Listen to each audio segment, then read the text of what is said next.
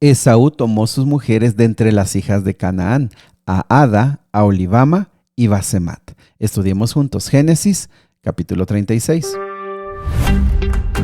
Síguenos en Facebook, Momentos de Esperanza MX, en YouTube y en Spotify como Momentos de Esperanza. Ahí puedes darle compartir, invitar a otras personas, comentar y de esa manera muchos más sabrán de este plan. ¿Vale? Muy bien, vamos al capítulo de hoy. El capítulo de hoy puede sonar un poco cansado, para algunos aburrido. ¿Por qué? Porque se dan listas de genealogías, donde empezamos a ver nombres y como no los conocemos, podemos llegar a pensar que son listas sin sentido. Sin embargo, pues son pieza clave para conocer la historia bíblica. También podemos ver conflictos entre hermanos, cumplimiento de las promesas divinas y también el desarrollo de las naciones. Eso también nos pasó más atrás cuando hablábamos de la tabla de las naciones después del diluvio. Es importante, aunque puede ser un poco difícil. En primer lugar, el versículo 1 dice que son las generaciones de Esaú, el cual es Edom. Recordemos que desde que nació se le relacionó con Edom, ya que Edom significa rojo y tiene que ver un poco como con el color de su cabello, de sus vellos. Y con el tiempo se llamó así completamente Edom.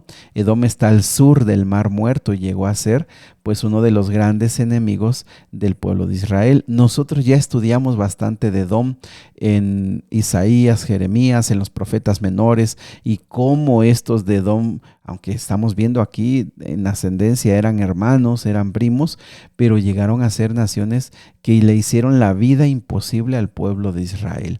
Ya lo analizábamos en esos libros hace pues ya casi 500 capítulos, vamos a llegar, y en esos libros de Isaías, Jeremías, los profetas menores, veíamos cómo fueron grandes enemigos del pueblo de Dios.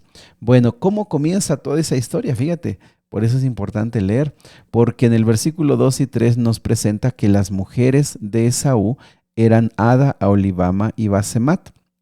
Algo importante es que aquí no se menciona a Judith. Se considera entonces que ella murió sin tener hijos y por eso en las genealogías no se nombra. También a algunas se les ha cambiado el nombre. Esto sucedía porque también cuando las mujeres se casaban, algunas tenían otro nombre. Al momento de casarse, cambiaban de nombre. Ahora, las tres son de Canaán.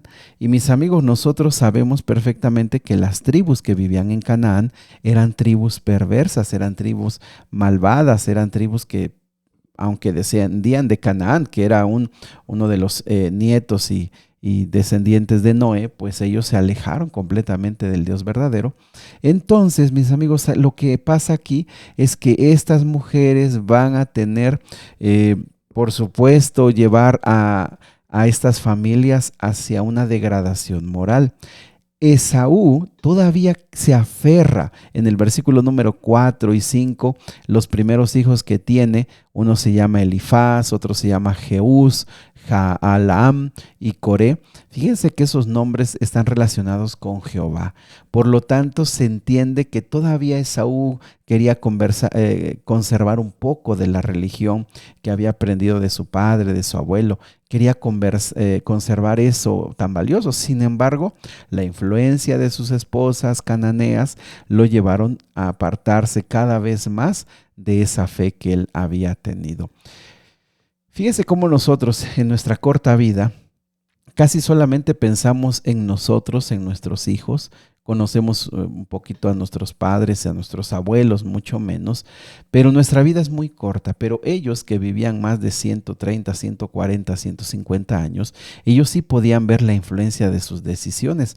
Nosotros no las vemos, pero cuánta maldad y cuánta degradación se puede agregar a nuestra familia cuando se empiezan a introducir a nuestra familia personas que pues tienen poco conocimiento de Dios o no tienen ningún interés en Dios. Y lo vas a ver, muchas veces los hijos son totalmente contrario a lo que tú imaginaste.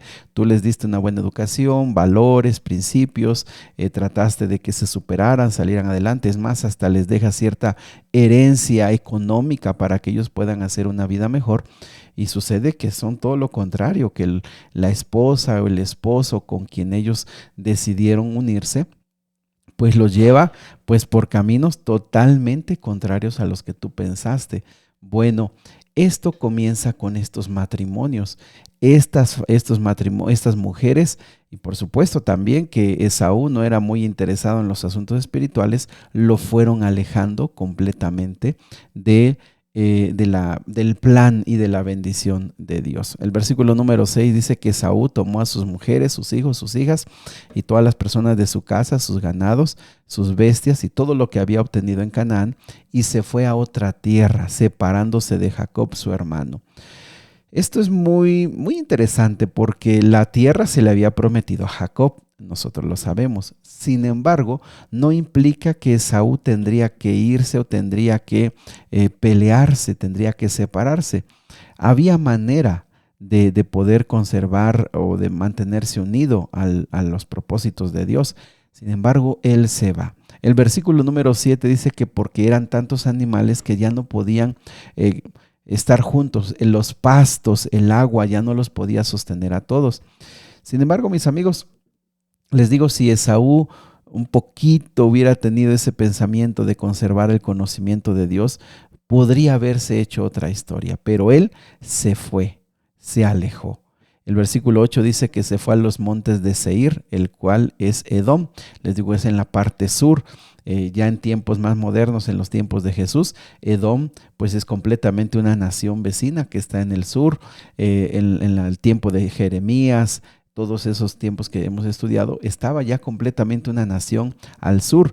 De hecho, si te acuerdas, he comentado que la ciudad de Petra, esa ciudad famosa del mundo antiguo, pues fue una de las ciudades que los descendientes de Edom construyeron. Entonces se separan completamente, y esta separación pues no solamente fue física, sino también espiritual, porque se alejan ya definitivamente del conocimiento de Jehová. El versículo 7 hay otro dato interesante. Timna fue concubina de Elifaz, hija de Esaú, y ella le dio a luz a Amalec. Amalec va a llegar a ser un personaje importante para los tiempos ya cuando la nación ya está constituida, la nación de Israel, ya que Amalec va a ser un enemigo declarado y va a luchar. De hecho, Amalec pues va a ser un nombre muy importante en Isaías, Jeremías, en Apocalipsis también se va a mencionar como uno de los grandes enemigos del pueblo de Dios. También el versículo número 15 dice que estos son los jefes de entre los hijos de Esaú. Recordemos que a Esaú y a Ismael también se les había prometido. Ahora a Esaú se le promete, ¿sabes qué? Tú vas a tener pues clanes, tribus, pueblos, naciones van a nacer de ti. Entonces estos jefes pues no todos los hijos fueron jefes, pero aquí se van a mencionar del versículo 15 al versículo número 19, algunos de ellos que llegaron a ser jefes de esas tribus. Esos pueblos cada vez más se estuvieron alejando de Dios, aunque algunos, te digo, llevaban cierto conocimiento, y no cabe duda que muchos de ellos conservaron, siguieron la religión verdadera de Jehová, pero pues la mayoría como pueblo se alejaron. También en el versículo número 23, se menciona a Aná. Él es el que descubrió manantiales en el desierto cuando apacentaban los asnos en Sibeón, de Sibeón su padre. Esta traducción es muy interesante porque se considera que fueron aguas termales. Se menciona este personaje, y al parecer Moisés lo escribe aquí como para decir que era muy conocido o era algo que todo el mundo sabía. Sin embargo, no hay registros de esos lugares. El versículo número 31 dice: y los reyes que reinaron en la tierra de Edom, antes de que reinase rey sobre los hijos de Israel, fueron estos. Fíjate que hubo 7 reyes, por lo menos, antes de que el pueblo de Israel pudiera llegar a tener rey. Primero tuvo reyes Edom. Eso fue parte de la promesa que se le hizo a Jacob. Tendrían reyes. Bueno, ellos llegaron a constituirse reinos donde pues ponían a los reyes. También en el versículo 38 dice: y reinó Adar en lugar suyo, y el nombre de su ciudad fue Pau, y el nombre de su mujer Mehetabel, hija de Matred, hija de Mesaab.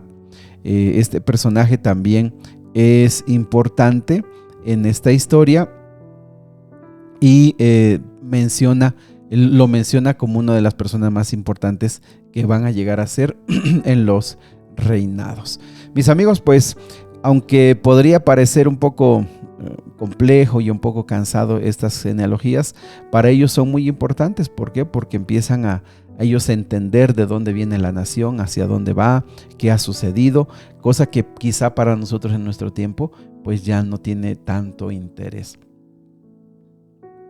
Sin embargo, creo que nos sigue dejando esas luces de enseñanzas, luces de ideas que nosotros tenemos que adoptar, como esto, lo de los matrimonios y cómo finalmente pues llegan a corromper a estas familias.